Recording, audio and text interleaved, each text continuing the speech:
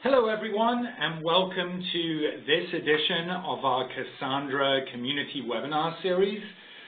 Really excited today to have a topic that we are seeing more and more of in the community, and those are companies that got started down the MongoDB path and then subsequently migrated to Cassandra. So we have with us today Blake Eggleston and Jon Haddad from Shift.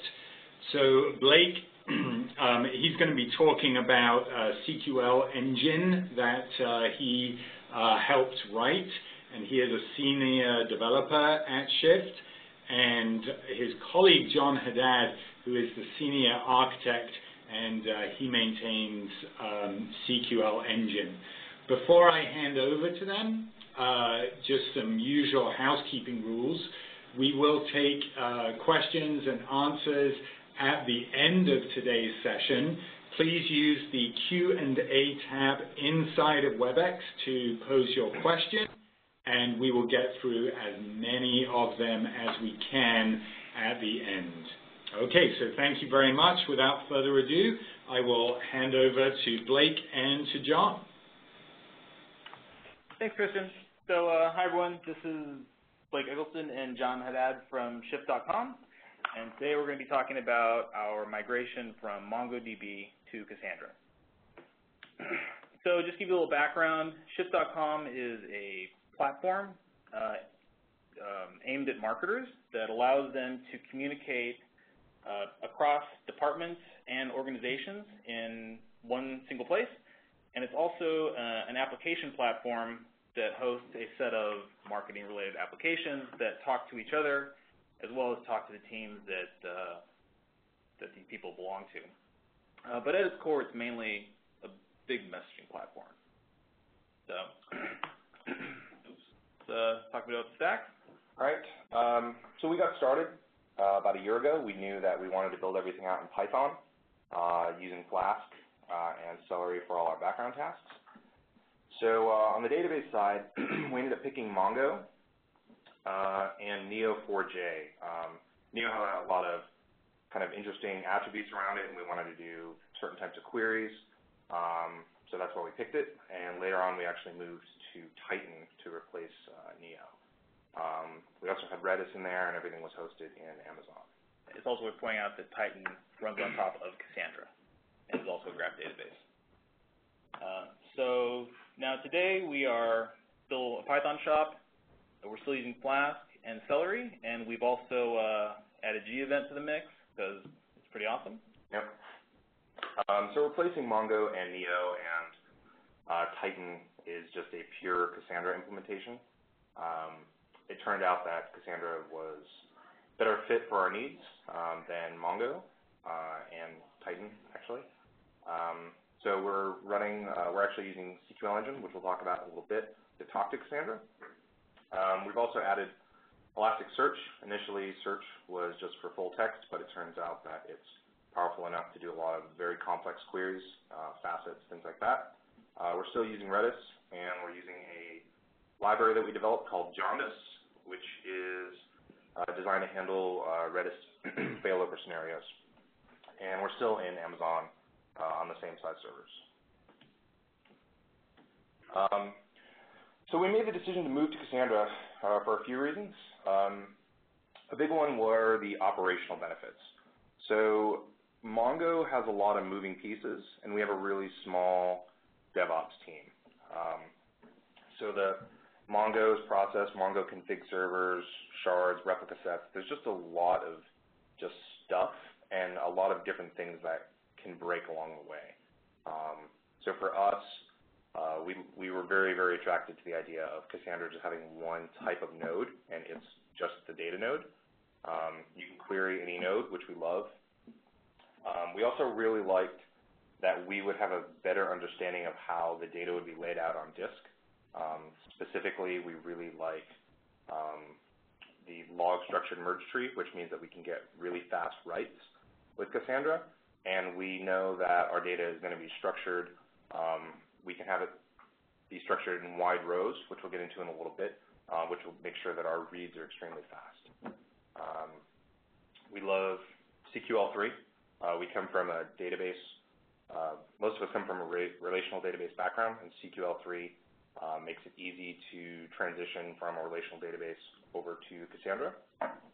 And we were really looking for something that we'd be able to have in the long term. So Cassandra scales linearly, so you add another node, you get that much more throughput to your cluster, which is really awesome for us. And the fact that it supports multiple data centers right out of the box. It just takes a little bit of configuration. We've tested it, it works great, and our goal is to be in multiple data centers, make sure that we have no downtime. So that was really, really big for us. Yeah, also, Cassandra's had a lot fewer question marks about how we would scale our app as the application grew. So now we're going to talk a bit about the migration and the mechanics of actually how we went about moving our data out of Mongo into Cassandra, because it was kind of tricky. So our goals for our migration was to have zero downtime. We did not want a situation where we were staying up till 2 o'clock in the morning, shutting down the site, running migration scripts, and starting everything back up and hope that everything went well. We wanted to run things well enough to where we could just run the migrations during the day while people were using the site and not have any downtime. The other goal was to have no loss of performance. For obvious reasons, we didn't want the migration to degrade the performance of the site. So this is an overview of what our migration strategy looks like. Basically what we would do is we would make a branch off a master. And the first branch would basically mirror all writes into Cassandra. So the site was still running on Mongo, but every time that a Mongo document was saved, a corresponding Cassandra row was saved into Cassandra, or multiple rows. And so, let's see. Yeah, so, and then we have a migration script that would basically write all of the remaining data into Cassandra. So by the time the migration script had run, we had a branch in production that was basically running off of Mongo, and it would, but it would mirror all of its writes into Cassandra. So then the second phase of this was the read branch, and the read branch just switched out from Mongo to Cassandra. So we just deployed this to production, and the reads would just automatically switch over from Mongo to Cassandra. It's kind of important to point out that we tackled one component at a time. So we didn't try to do a whole bunch of stuff at once. We would tackle one small piece of our total data set at a time. And also, we would have the read branch finished before we deployed our write branch into production. And we did this because there were a few things that we found along the way that when we were doing the write branch, it didn't really make sense with the read branch. But the important part is that by the time the write branch was in production, we already had the read branch ready to go, and we already knew that it worked. So as soon as the migration script was done, we'd deploy the read branch, and we'd be off of Mongo for that component. So one of the things that I talked about earlier was CQL3. So there's definitely a few upsides to it. As I mentioned, if you're coming from the RDBMS world, it's very straightforward. The syntax is very similar. It doesn't have the range of joins and aggregations that SQL does, but essentially it's just a really, really convenient way to query your data. In Cassandra 1.2, they added collections, which if you're coming from a Mongo background, you probably use a lot of. So you have sets, lists, and maps, and they're really, really convenient and awesome. We actually use them all the time. You also have batch queries. Batch queries are really great for us since we end up doing a lot of writes, and we don't necessarily want them to be over a large number of requests. So batch queries have been extremely performant for us, and we absolutely love them and use them all over the place. And then we have clustering keys. So we're going to get into the details of clustering keys next. Essentially, clustering keys allow you to create many logical rows and have them stored on disk as a single physical row. And there's a lot of cases where this is actually really useful, and we'll definitely get into that next.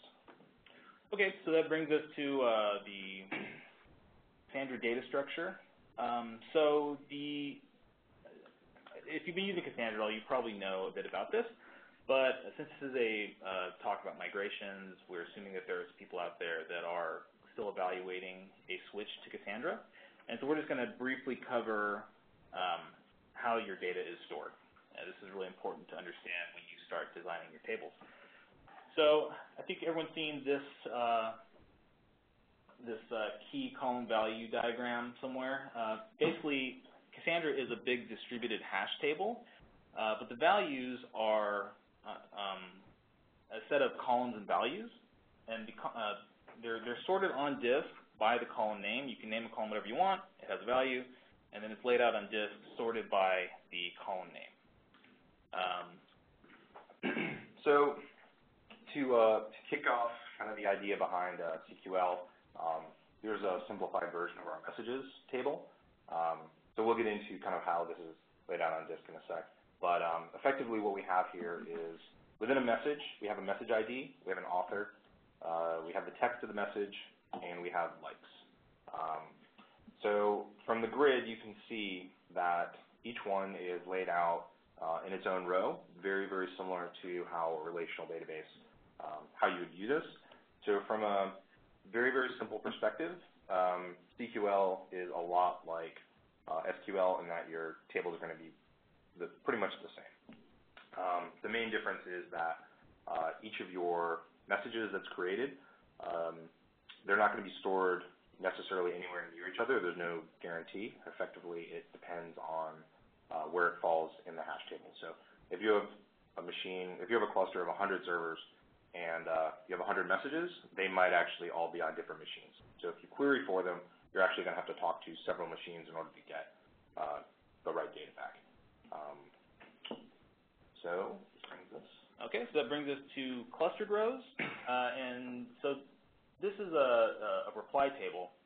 And as you can see in the table declaration, there are two primary keys. So we have a message ID, a reply ID, and then we have the same field as a message. But the important thing to look at is the reply ID. And the reply ID is what's called a clustering key. And what this does is it clusters the logical rows that you see in the table on disk in the same physical row ordered by the cluster key. So you can see that basically what happens internally in Cassandra is the clustering key value is prepended to the column name, and then the logical rows are sorted out on disk by that clustering key. I should also point out that while we have an integer for the reply ID, just for the simplicity's sake, in our system, the reply IDs are actually time UUIDs, and what that does is it will actually sort the replies on disk in the order that they were received. So to pull out the list of replies for a message, we just take a slice of this long physical row, and we get all the replies for this message back, and they're already sorted. Yeah. So yeah, effectively to add on a little bit to what Blake said, effectively what it does is in our scenario with 100 machines, if you have 100 replies to a single message and you want to get all those replies, it basically means that Cassandra is only going to have to access the data on one of those machines. So it is extremely fast. And this is the pattern that we end up using in a lot of cases. We use a lot of clustering keys in order to guarantee that we only have to touch one node and do one query to get a lot of data back. And what this means is that whenever you do a query like that, you only have to do one disk seek. So Cassandra will basically, when you say I want all the logical rows that match this message ID, Cassandra will move the disk head to the start of that row, read the entire thing out in one read, and so you're only down one disk seek. whereas if these were in an RDBMS, that the rows might be all over the place and have to go and get each one, the worst case scenario. Yeah, so as a result, your performance is extremely predictable. Yeah. Okay, so now we're going to talk a little bit about how we modeled our data and the differences between Mongo and Cassandra. So obviously, Mongo is a document store, and Cassandra is a key column value store, like we just talked about. One of the things that we had been using throughout the application a lot were the MongoDB refs, which is kind of its equivalent of a foreign key. So that was a challenge to figure out how to represent that in Cassandra. So one of the big points that people always talk about when they're talking about modeling your data in Cassandra is to structure your tables as a materialized view of the queries you intend to run against it. With RDBMSs, typically you start with third normal form, and then if you need to denormalize for performance, you do that, but the best practice is to structure your data in third normal form. With Cassandra, the goal is to do the opposite, and you want to store your data as many times as you need in a way that's structured to optimize for queries. Can I think of that? No, that pretty much sums it up. I mean, effectively, you really just have to admit that the fastest way to pull out your data from the database is to do a single query which has all the data that you need in it, and it's extremely effective. There is, of course, a tipping point at which it becomes impractical to copy everything everywhere, so you definitely have to kind of use good judgment and figure out when that makes sense and when it doesn't. Right. So one of the big things that we did was we would store multiple Mongo documents in a single physical row, and this is basically exactly what we were just talking about with the replies, which is what we did with replies. We would store all the reply documents as a single physical row in Cassandra. And the other thing is also creating supporting index tables for pulling your data out from different views. So, all right. So the next example of what we really like Cassandra for is time series data. So Cassandra is very, very well known for handling extremely wide rows. Right now, technically, I believe it supports up to 2 billion columns, which is pretty insane. So within our system, we have a message stream. And so the message stream is a lot like a Twitter feed. People can send each other messages, and effectively the new stuff appears at the top. So what we've done here is we have our newsfeed table, and we have user and message, user ID, message ID, and the actual message itself. And we've declared the message ID to be a clustering key. So effectively what that means is each user has one row that has a list of messages, and because we're using the time UUID, which is a UUID 1, which has the timestamp embedded into it, all the new stuff, it will be sorted in order of the messages as they came in. So essentially we can just take a slice of the end of the row, and everything is really, really fast and reliable and predictable. And we considered Redis for this at one point, but with our goal of going to multiple data centers, Redis becomes a bit of a problem. If you're relying on it as your primary data store, it doesn't really have, it's just not the right tool if you're going to have a Europe data center talking to your West Coast, US West Coast Redis master. It's just highly impractical. Yeah. Okay, so now we're talking about CQLengine. CQLengine is a Python CQL3 object row mapper. We developed it here, and it's open source, so you may want to check out CQLengine.org if you're using Python. And basically, it's essentially an ORM for CQL, and it exposes your CQL tables as Python classes, and it'll map your columns to properties on the class, and it will also build your CQL queries for you. So this is made working with CQL pretty easy.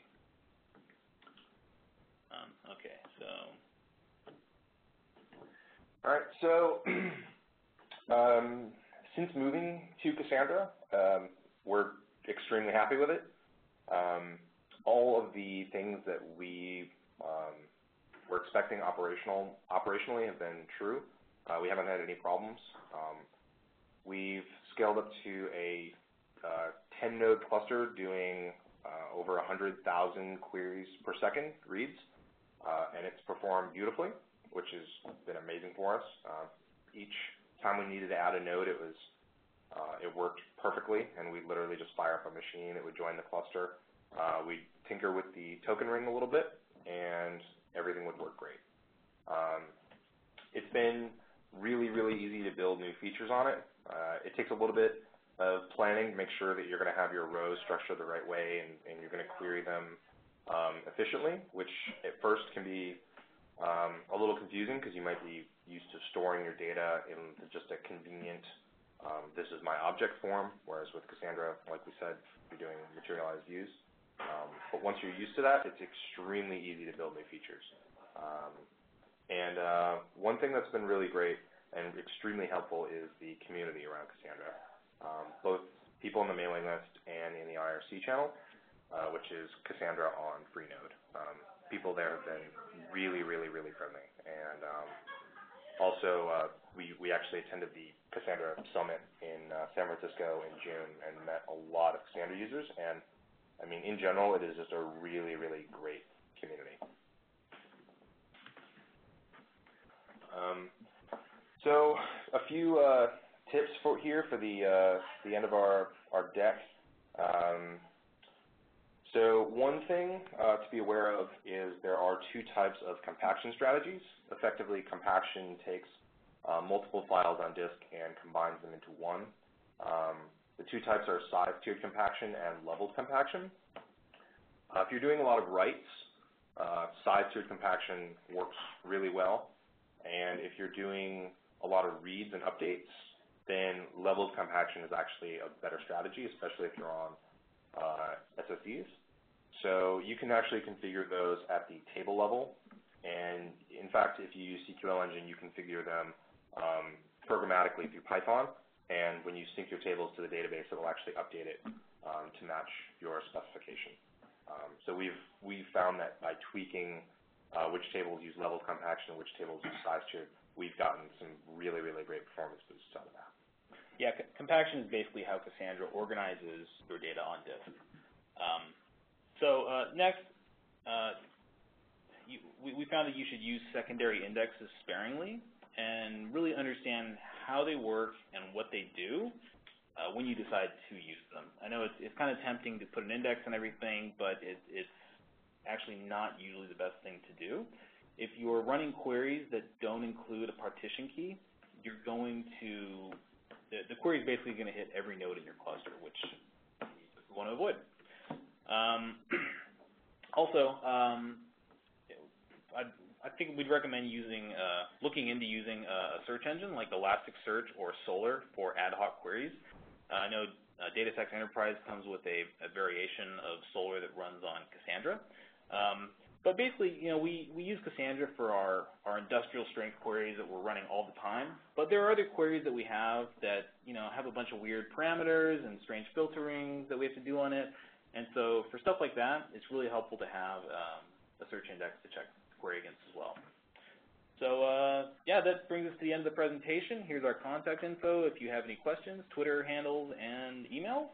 And also, we are hiring, so if you are a Python person or a Cassandra person or just smart in general, hit us up and send us your resume. And I guess with that, we'll hand it back over to Christian. Thank you very much, guys. Loads of questions coming in. Just a reminder for those of you attending, please use the WebEx Q&A panel to ask your questions. John and Blake, buckle your seatbelts. There will be a torrent coming. But I always like softball questions. So John asked, are slides for this available? and yes is the answer. We will post those within about 24 hours along with the recording of this webinar, and we will send that out you'll get an email notification when it's live, but that will be published on Planet Cassandra. Also, another good resource on Planet Cassandra is the full 5-minute interview that we did with Jon and Blake that was published earlier this week. And also, CQL Engine is available for download from Planet Cassandra as well. And just a reminder, CQLengine.org if you're interested. Okay, guys, are you ready? Let's start. Bring it on. Did each column in a Cassandra table map to a JSON document field in Mongo? How were embedded JSON document structures handled? Well, like we mentioned, you do have to rethink the way you store some of your data, and it really works on a case-by-case basis. I think for a lot of Mongo document types, there was a one-to-one mapping as far as the data that we stored in Cassandra. But, there were some variations as well. We tried to be a bit more explicit about what exactly, most of the changes were regarding relationships between objects. So probably the biggest difference is that Mongo allows you to just have these references to arbitrary documents, and with the with Cassandra, you don't have that available, so we would be a bit more explicit about storing IDs of related objects on the model.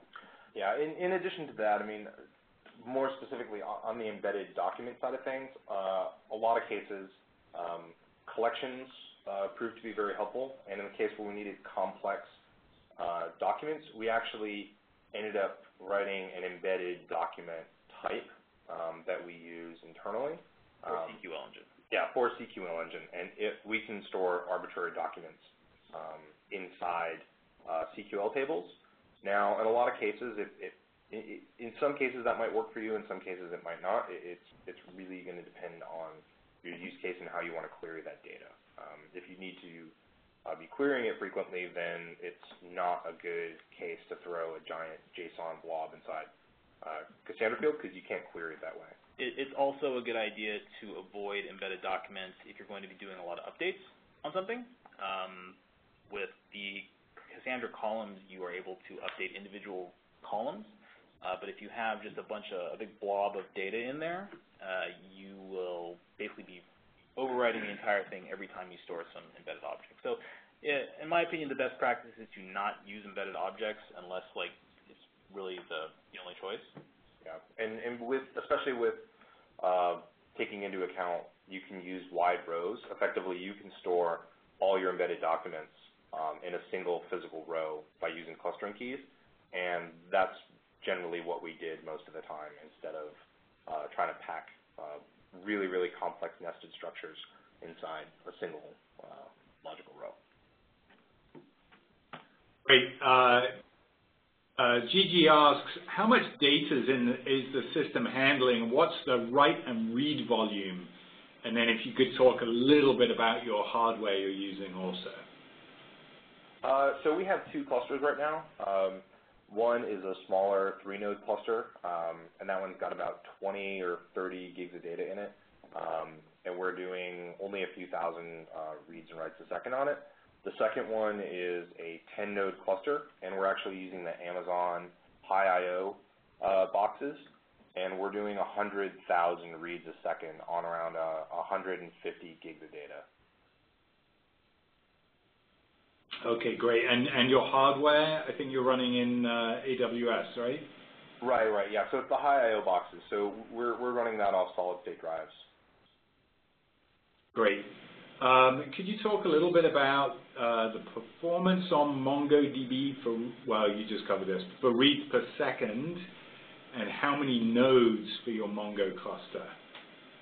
So at one point we had a 15-node Mongo cluster. The performance of it was, it varied. Unfortunately, I don't have specific numbers on hand for that one.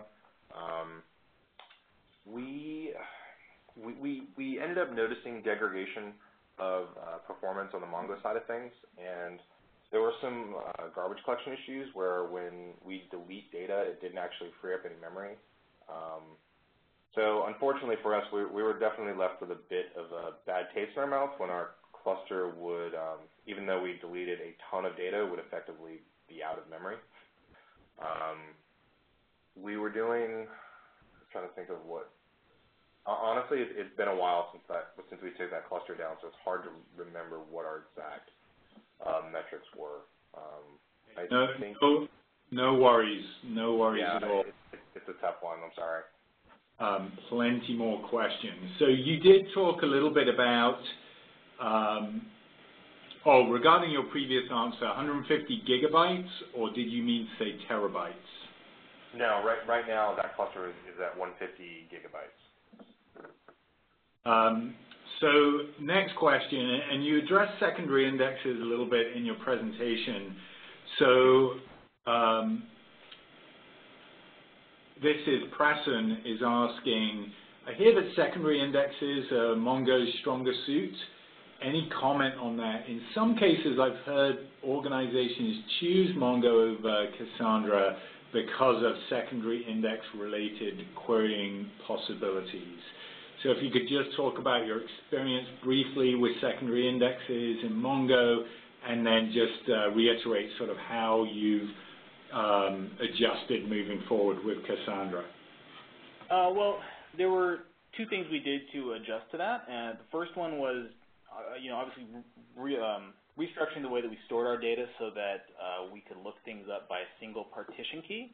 So, if we're looking for all of the teams that a user belongs to, we had a table that would have the user ID as a partition key, the team ID as a clustering key, and so we could just quickly read out the entire row, and that solved most of the problems that not having those indexes solved.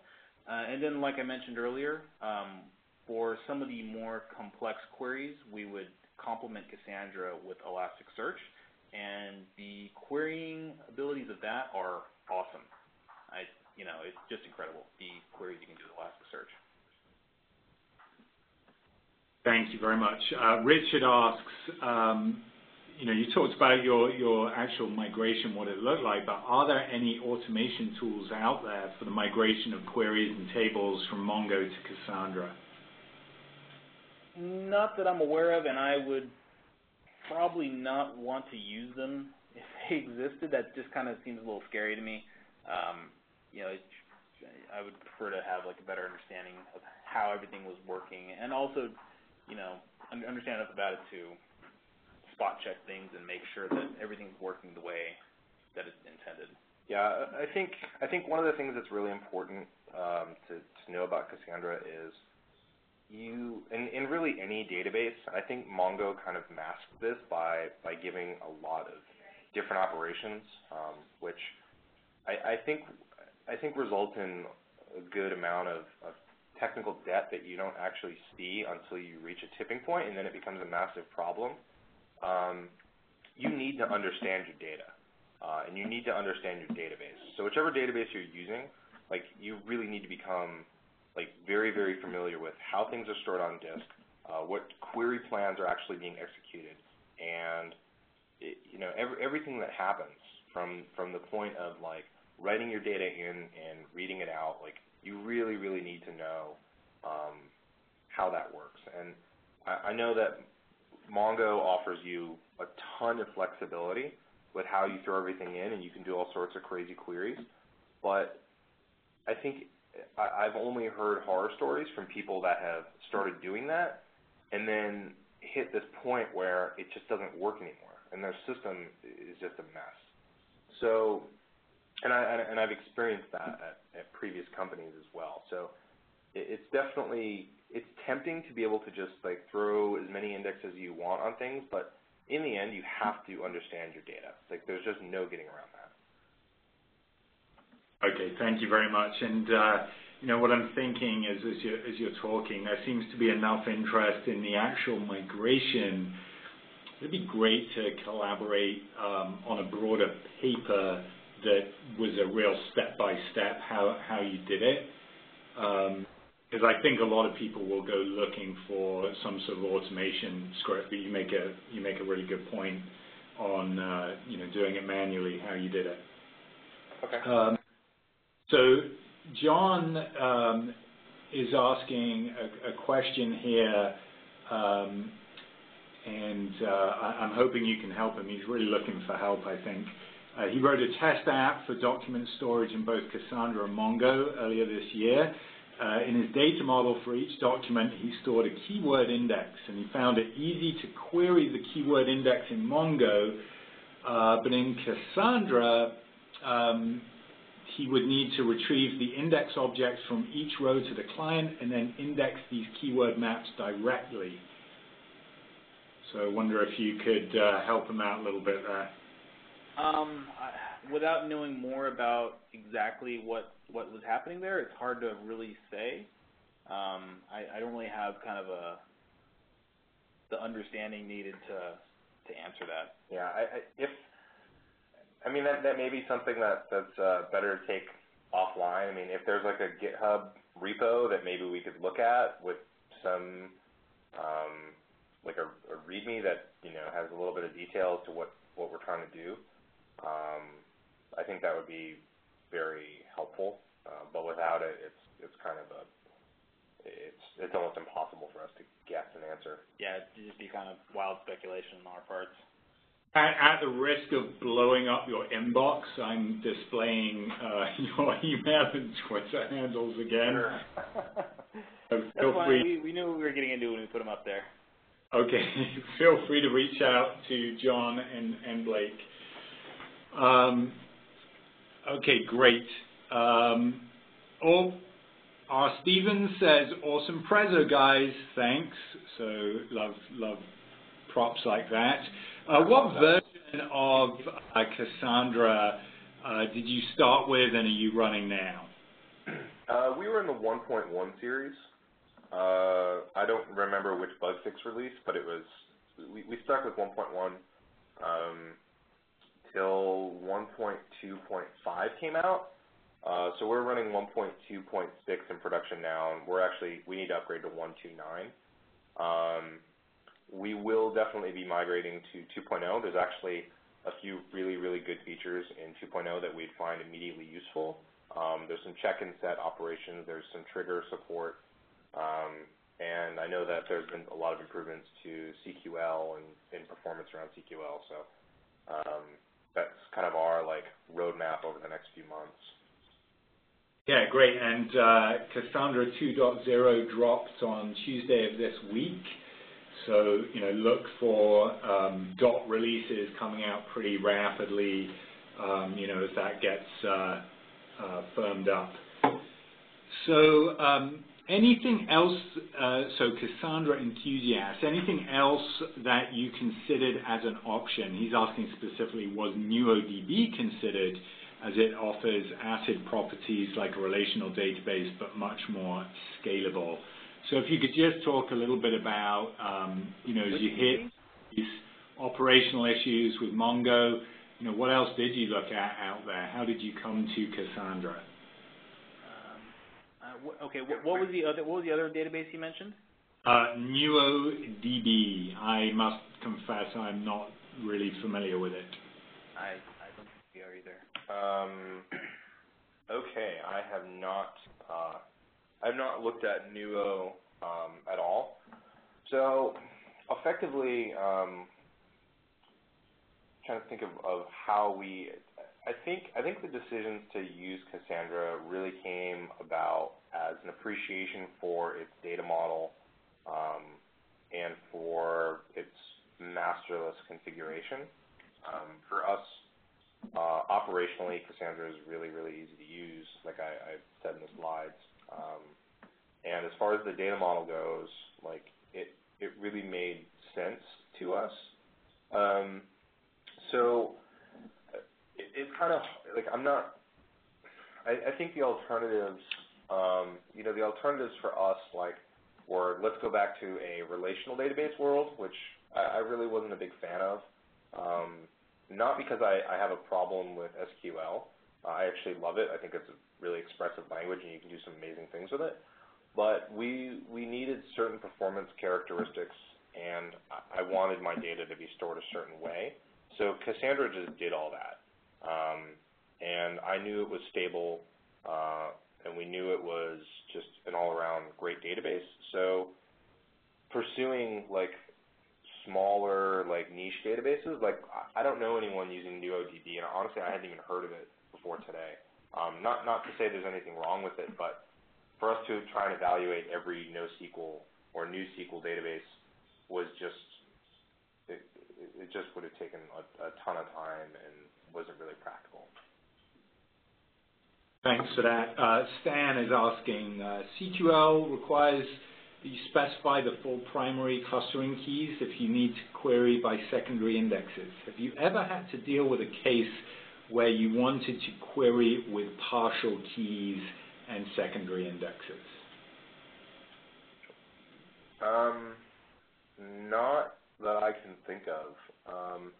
For some of our, so one of the things that we've done, as we mentioned in the slides, is we build out different views within Cassandra. So again, I think this comes back to the mindset of like people coming from a relational world or coming from like the Mongo world, where you store your document and you can query on it in 10 different ways. Whereas with Cassandra, you store your data 10 different ways and use each of the different tables to query on that data. So we have many different views of the same data, and I mean, whenever we need a new view, we basically just build it and populate it, and then we can query from it. Or if it's something that's really obscure, we end up throwing it in Elasticsearch. Yeah, pretty much all of our queries involve start with a partition key. Everyone, actually. Yeah. Okay, great.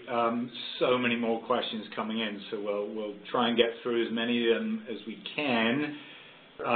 Armin is asking, number one, thank you for the presentation.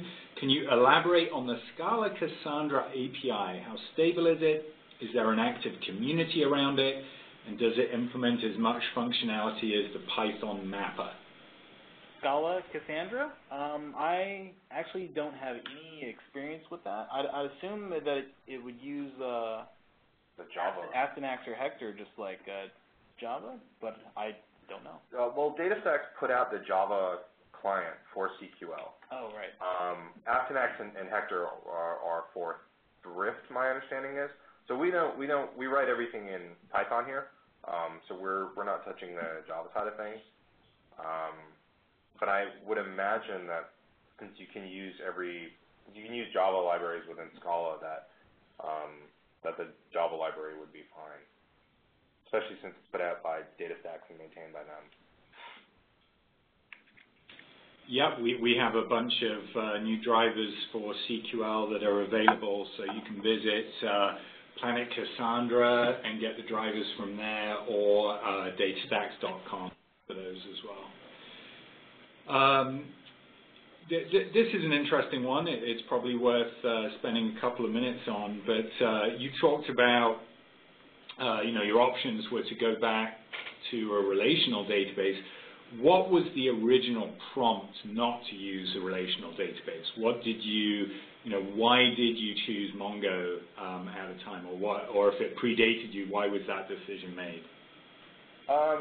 In our cases, we wanted a lot of flexibility around the schema. So some of the decisions had been actually made before Blake and I even joined the team. Neither of us are particularly wild about Mongo to begin with. But I think it was the flexibility within with documents that were the driving factor. Ultimately, it really was kind of like a 2/3 Mongo, 1/3 Neo situation, and Neo was actually chosen for some really bizarre types of graph queries that we wanted to be able to do, which turned out to be highly impractical and not very useful. But as far as Mongo versus relational database, yeah, I think it was the flexibility of the schema. Yeah, that's my understanding of it as well. Okay, great. And what do you use, Mike's asking, what do you use to keep Elasticsearch in sync with Cassandra? We just use the Python driver, and basically since we're using CQL Engine, we will extend like the save method to automatically index the documents. But it's worth noting that Elasticsearch has a slight delay just in terms of how long it takes to index things. In practice, it's not a big deal, really. In certain edge cases, you'll notice it, but for the most part, it's nothing you need to worry about. But yeah, basically just every time we save a Cassandra row, push it into Elasticsearch. Yeah, and one of the things that's important, I think some of the ideas around like, oh, let's just save everything in both spots. Again, with Elasticsearch, you need to know your data. So we actually don't save the same document in both Elasticsearch and in Cassandra. In Elasticsearch, we'll put one document and we'll add additional metadata around it to make it easier to query.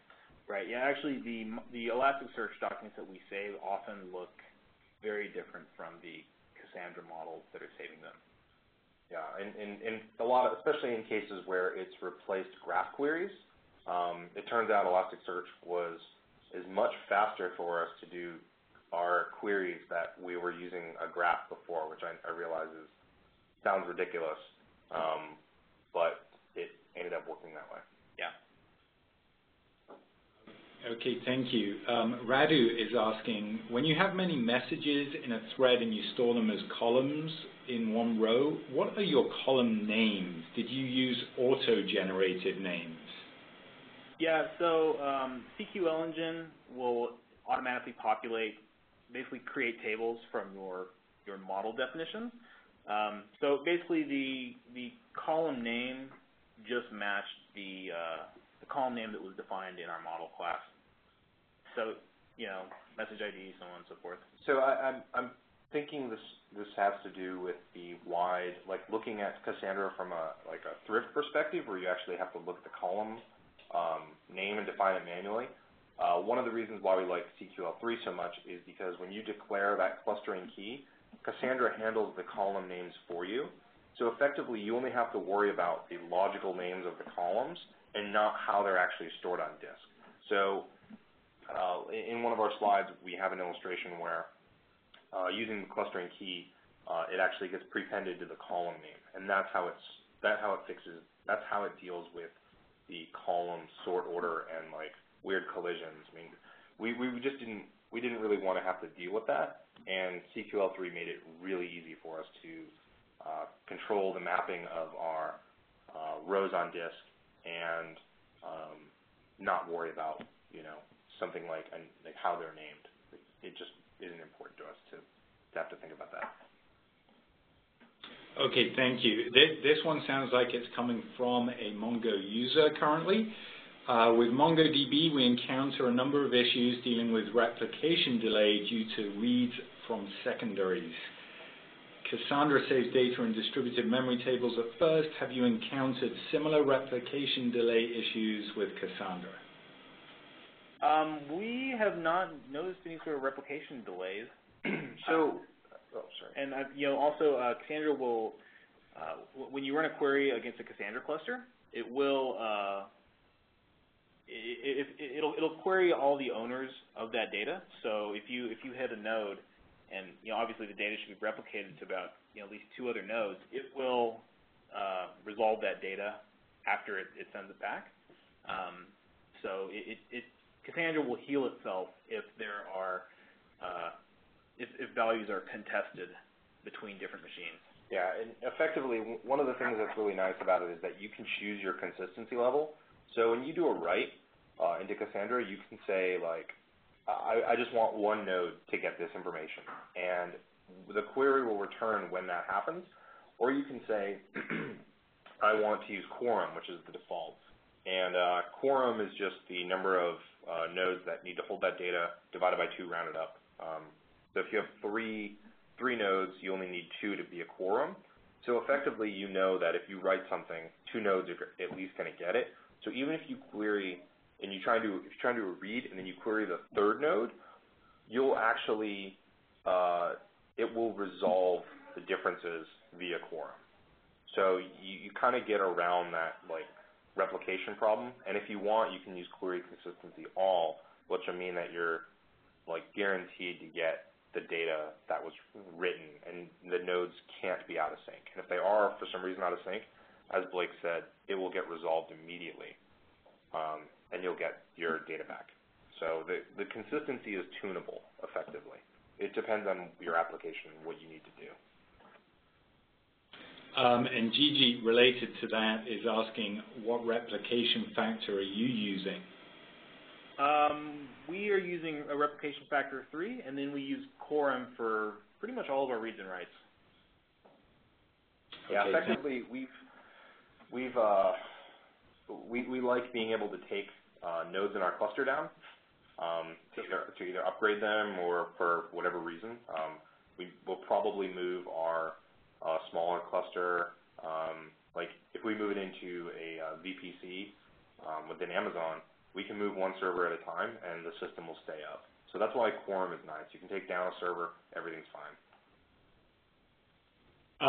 And then you've addressed this in different ways, so I'm just going to recommend that if you want a blog post or food for thought, there are several questions here with different flavors of the same thing. Why did you choose Cassandra over HBase? Why did you choose Cassandra over Oracle? Why did you choose Cassandra over Couchbase? Why did you choose Cassandra versus different document data store?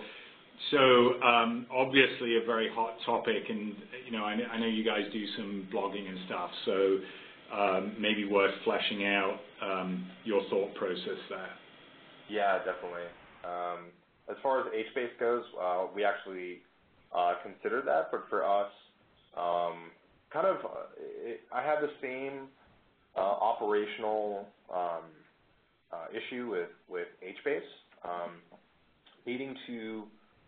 Our ops team is me part-time and one other guy, and we just don't have the time to deal with like a Hadoop job tracker and like all the things that you need to make like the HBase world like happen. So again, like Cassandra with its masterless just architecture just made sense for us. So we didn't strongly consider HBase for that reason, and I believe Couchbase has the same. I believe Couchbase is has a master-slave architecture, if I remember correctly, but I'm not 100% sure on that. So. Yeah, just related to that, Chanman is asking. So this one might be worth taking a little time on. Is that going from a document data store to a document data store conversion would be smoother than document to something like Cassandra. So was it that time series data played a key role in your decision? Yeah, definitely. Yeah, that was a huge thing for us. So we're designing a system that we want to be able to handle millions of messages a second, and because a lot of the messages are actually being pumped in via third-party applications, and there's about 20 of them, it's actually a real scenario for us. So we've definitely had days where people have received 40,000 of these messages, and I mean that was more due to a bug in the developer system, but it's good to know that Cassandra can handle that type of load. So that was a primary driver for us, and that's actually why we were looking at Redis as the data store for this, since with sorted sets, it logically makes a lot of sense, But as I mentioned, Redis was just not a great tool for it since it relies on a master-slave architecture. I mean, effectively, the master-slave stuff, anything master-slave was effectively ruled out, which ruled out most databases, honestly. So that kind of left Cassandra on a very, very small pool of possibilities. Okay, thank you very much. Okay, we've got 5 minutes left. Let's see how many more we can get through. What do you do or use at runtime to manage the multiple different views on the data, and what level of consistency is there generally between the views? We will typically have, well, there's a few different models that we use. First, we'll have like a master model, and that model will maintain internally the other views of the data, as well as querying it. So there's not a lot of leakage of functionality all over the place. You have one class for dealing with it. Oh, are you? Yeah. Okay. One thing I think one of the things it sounds like you're asking is the data like inconsistent across tables at any point? I'm sorry. Christian? Yeah. I think so. So, Chris, if you could maybe clarify a little bit your question, or just reach out to Jon and Blake directly, that would be great. So, another question, when migrating to Cassandra, did you migrate all your historical data from Mongo before switching reads to Cassandra? Yes. Well, per component. So, we would, we attack small parts of the system one at a time. So, for like the given module that we were migrating, yes, all the historical data would be migrated over before switching to reads to Cassandra. Yeah, but because of the branching strategy, since we're doing writes first, effectively we knew that all the new data would be in Cassandra, and literally the migration script was just to catch up with all the old data.